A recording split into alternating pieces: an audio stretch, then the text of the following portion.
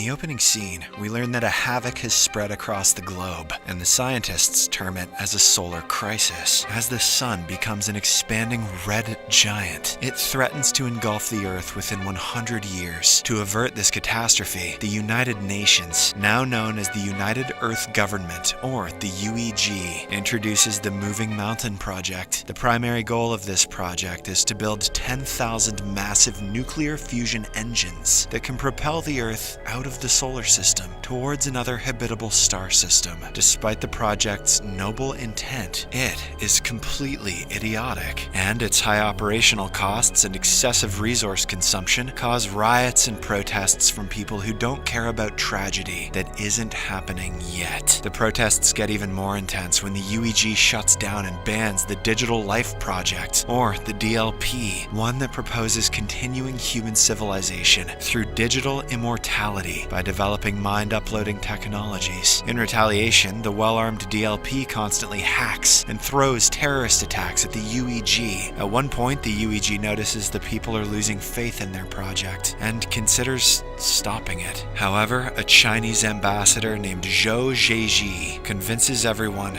to carry on. As the first part of the Moving Mountain Project, the Lunar Exile Program is initiated that focuses on pushing the moon away from the Earth. For this, it utilizes 3 fusion engines in order to minimize the moon's gravitational pull. Many people are being trained as astronauts for this task. One of them is Liu Piqiang, who arrives at the space elevator base surrounded by the protesters. The armed guards are on duty to prevent these protesters from entering the area. However, one of them somehow manages to break in, but he is soon subdued by a trainee astronaut named Han Duo. Liu is instantly captivated by her and already imagines a future with her. Surely the chances of this are decent in a world where pushing the moon with rockets helps fix a problem with the sun. Following this, the new trainees are escorted to the space elevator for their first test. This elevator is the highest structure in human history that provides a glimpse of space to the trainees. As they get on board, it goes up so fast that many of them faint on the way. As the days pass by, they are trained in various subject matters, such as hand-to-hand combat, firearm usage, and frequent elevator trips until they don't pass out anymore. They're also put through medical tests and exercises to make sure they're in peak physical condition. During their training, Liu and Han develop a close bond and enjoy one another's company. One day, he bribes the guards with some packs of cigarettes to allow him to bring a flower bouquet inside the base. They happily accept the cancer from the simp. He then gives it to Han, but it leads to an awkward moment as they're watched by everyone. On the same day, a new set of trainees arrives at the base and joins the previous group at the space elevator. Unexpectedly, all the drones begin to fly on their own, and the engineers discover that their system has been hacked. Soon after, the drones open fire at the base, forcing the guards to fire back at their own tech in defense. The UEG deploys several fighter planes to take down the hacked drones, but airplanes won't aim at them because they're detected as allies. In the meantime, the trainees, including Liu and Han, are trapped in one of the space elevators that goes up ahead of schedule. Here, it's revealed that the new trainees are none other than highly trained infiltrators who soon start stealing the IDs of the former trainees. Shortly after, Liu uses his glasses to make the sun burn the lock screen, causing the door to open. He then starts fighting the infiltrators one after another. A while later, Han hands him a mechanical arm, with the help of which he knocks out all of the intruders. Back at the base, the scientists bring the 550C, the latest intelligent quantum computer that finally counteracts the hacking. However, it's too late because the hijackers have successfully managed to attach a missile to one elevator, thanks to counterfeit passes. As a result, the top of the space elevator and the Ark space station are critically damaged and crash down to Earth. This results in irreparable damage to the base and many of the trainees. In this process, Liu jumps on top of Han and shields her from any harm, but not not from the protrusion in his pantaloons. In the aftermath of this event, the base is evacuated, while the news reports confirm the loss of over 3,000 lives. Riots intensify in the following weeks because of all the death and resource depletion. Public demand increases for the reinstatement of the DLP. Due to this attack, many countries working on the pilot program pull out, leaving China alone to take on finishing construction of the lunar and Earth engine. Zhou instructs his assistant to deliver the speech he's prepared, urging faith in the project, while he engages in discussions with the American ambassador to convince him to give them a chance. The scene then cuts to the moon, where the Lunar Exile pilot program is in progress. There, a computer engineer named Tu Hengyu wakes up from his hibernation pod and proceeds to inspect the systems. He also sets up his quantum computer called AI-550A, coincidentally also the name of Elon Musk's 36th son, that enables him to watch a video of his late daughter Yaya, recorded 5 years ago. Hengyu, formerly associated with the DLP, had managed to record and store his daughter's consciousness on a hard drive, with his mentor and project lead Ma Zhao bearing the responsibility. Hengyu now aspires to transform Yaya's brief video clip into a complete AI form. For this, he opts using the newer 550C, but is outright rejected by Zhao. Afterwards, the two do the first testing of 550C by activating each sector of the base. While they wait for the computer to do its thing, Zhao gives Hengyu the digital copy of his mind, which the company confiscated when they banned the DLP. Zhao explains that it's up to him if he wants to destroy it or not. Sometime later, the system detects an incoming solar storm, forcing all the workers to rush back to the base. They drive their vehicles as fast as they can and manage to enter the base moments before the storm hits. But unfortunately, the AI-550C gets damaged in this process. Since they need a quantum computer to launch the project, Hengyu offers to use his 550A. In return, he asks Zhao to involve him in all the future developments of the 550 series, hoping that he'll have a chance to give Yaya a complete life. As soon as Zhao accepts, Hengyu transfers his daughter's consciousness recording to a disk before handing over his AI computer. 3 days later, the team tests the engines, and after moments of tension, they're delighted to witness a slight angular displacement of the moon. This proves that in 20 years they'll be able to push the moon away completely. The success restores people's faith in the project. Several months later, they again conduct another test of the engines, this time on Earth. At first, all the screens go black and people think it's failed, but suddenly the ground shakes and a bright beam emanates from the astronaut base. Not long after, the UEG scientists confirm Earth's angular displacement, bringing immense joy to the populace. After successful trials of both the lunar engine, the UEG grants full go-ahead to the Moving Mountain project. As the mission progresses, it officially gets renamed as the Wandering Earth. Over the next 14 years, more than 7,000 engines are constructed, including torque engines that slow down the Earth's rotation, making it 60 hours per day. Furthermore, the subterranean cities are built under every engine in order to provide shelter for ordinary citizens for the anticipated 2,500-year interstellar journey. However, there is also talk about a sortition plan in which only 50% of the world's population can gain a spot in the underground cities, and the requirements to get a pass are quite discriminatory. As time goes on, the solar crisis becomes more and more imminent, evidenced by spikes in solar radiation. All kinds of weather disasters soon hit the planet like floods. Moreover, the people also suffer from increased cancer cases due to solar radiation. On the other hand, Liu has married Han, and they now have a son named Qi. Like other people, they are also worried about getting the passes for the underground cities. To make matters worse, Han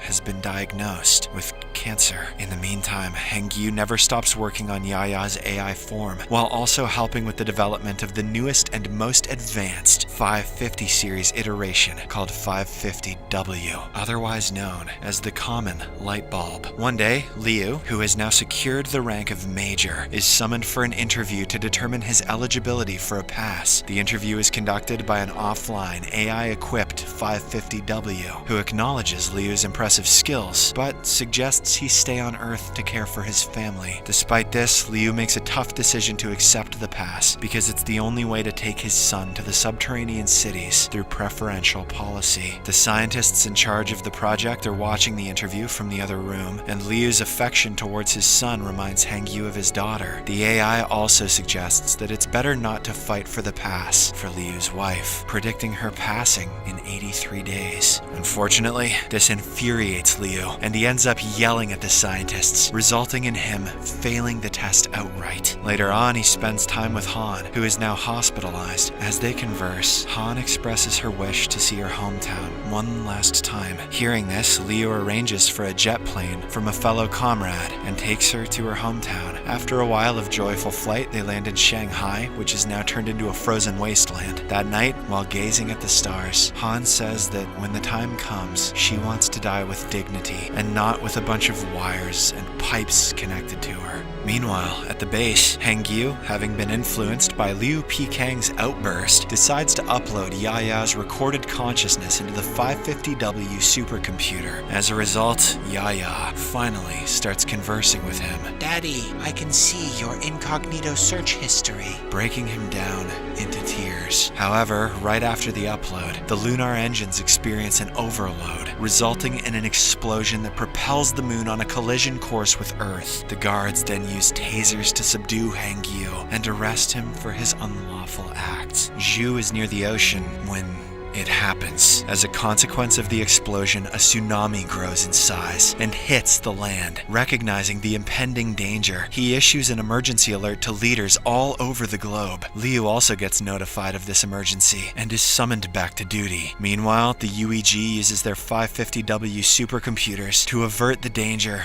but to no avail. As a result, they resort to opening the underground cities to let people in. Before Liu leaves for the mission, Han succumbs to her illness, and their son is taken to the underground city by his grandfather. Afterwards, Zhou talks at the UEG, asking for their support for his emergency plan. He wants to detonate all of the Earth's nuclear weapons on the moon to induce nuclear fusion within its core, leading to implosion. No government has ever revealed how many nuclear weapons they have in their arsenal because it's confidential, and nobody likes revealing the size of their nuclear pee-pee. But for the first time in history, it doesn't matter. Convinced by this plan, everyone agrees to hand in what they have in order to save the world. Elsewhere, Zhao visits the imprisoned Hangyu to tell him that they'll be activating Earth's engines soon, so they need to reactivate the global internet to allow coordinated detonation control. One of the servers is now submerged underwater, and Zhao wants Hangyu to handle it. When the latter tries to refuse, Zhao blackmails him with using the disk with Yaya's digital consciousness,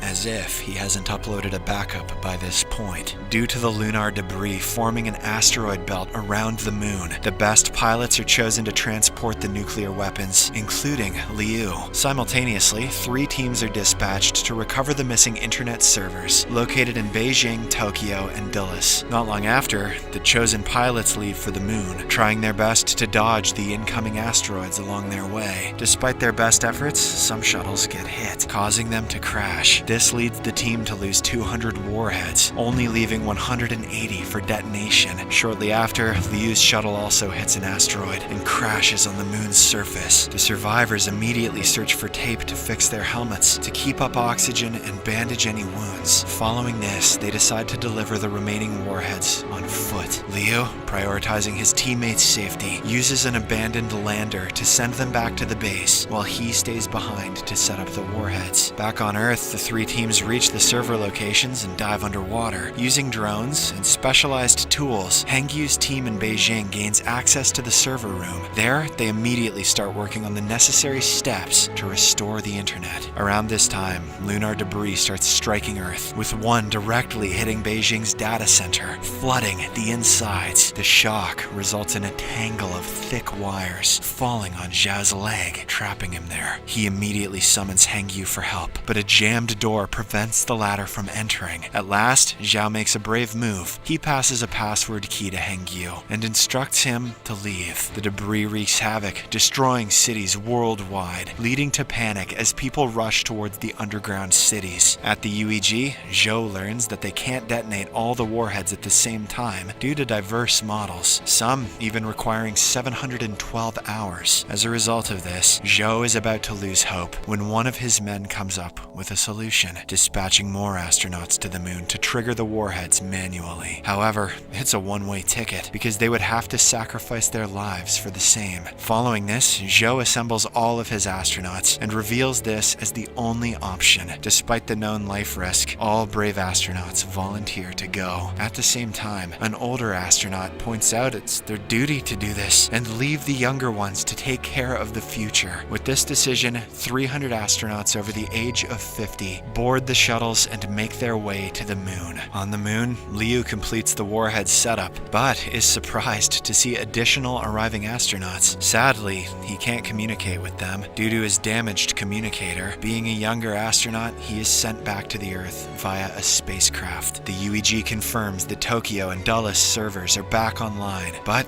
not Beijing. Turns out that Hengyu is struggling with connecting the key to the computer as water fills his room as well. Realizing that he doesn't have long before drowning, he uploads a copy of his own recorded consciousness into the network. Simultaneously, the astronauts on the moon detonate all the warheads, finally imploding the moon and averting collision. However, more debris comes towards Earth, necessitating swift action by the scientists to propel the planet. Meanwhile, the water covers the entire room, causing Hengyu to drown to death. With the realization that their mission has failed, the UEG issues a final goodbye message, instigating widespread panic. However, we learn that the mission isn't over yet, because Hengyu's digital mind activates inside the computer. It reunites with his daughter, and together they proceed to work on activating the server. They manage to activate it in the nick of time, moving the Earth away from the course of the lunar debris. Everyone breathes a sigh of relief and celebrates their success while the tides calm down. The scene then advances 7 years into the future, depicting that Earth has restored its 24-hour system. Zhou has retired, with his assistant assuming leadership at the UEG. Now, the Wandering Earth project has officially set sail in their next journey, aiming